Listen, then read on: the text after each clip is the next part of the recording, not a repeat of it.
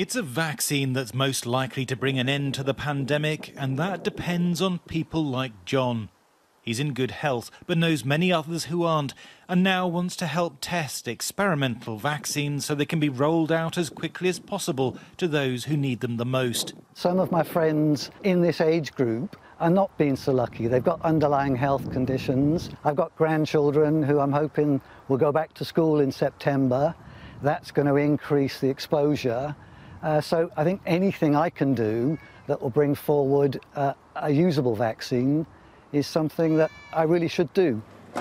More than 100,000 people have so far signed up to the COVID-19 Vaccine Research Registry, a database of volunteers. But many more will be needed as large-scale clinical trials start this autumn to help test whether prototype vaccines can protect against the virus. Older patients and those from Black, Asian and minority ethnic backgrounds are particularly needed.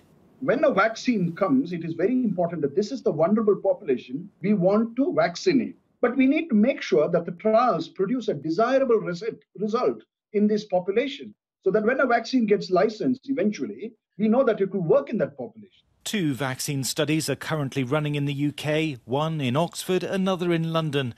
But at least 10 are expected to start between September and the end of the year. Signing people up to a registry now should speed up the trials. Well, that took a matter of minutes to enter some basic personal details and give a little bit of my medical history.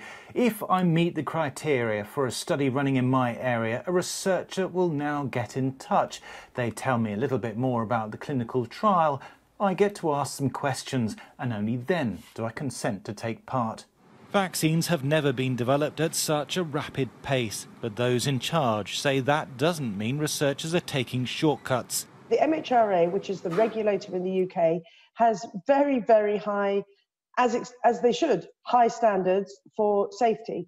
Those safety studies are not being compressed, they're not being changed. There's no difference in how new vaccines are being evaluated for this pandemic versus any other vaccine or therapeutic.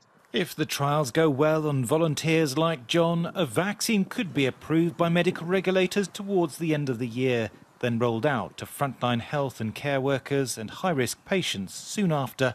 Thomas Moore, Sky News.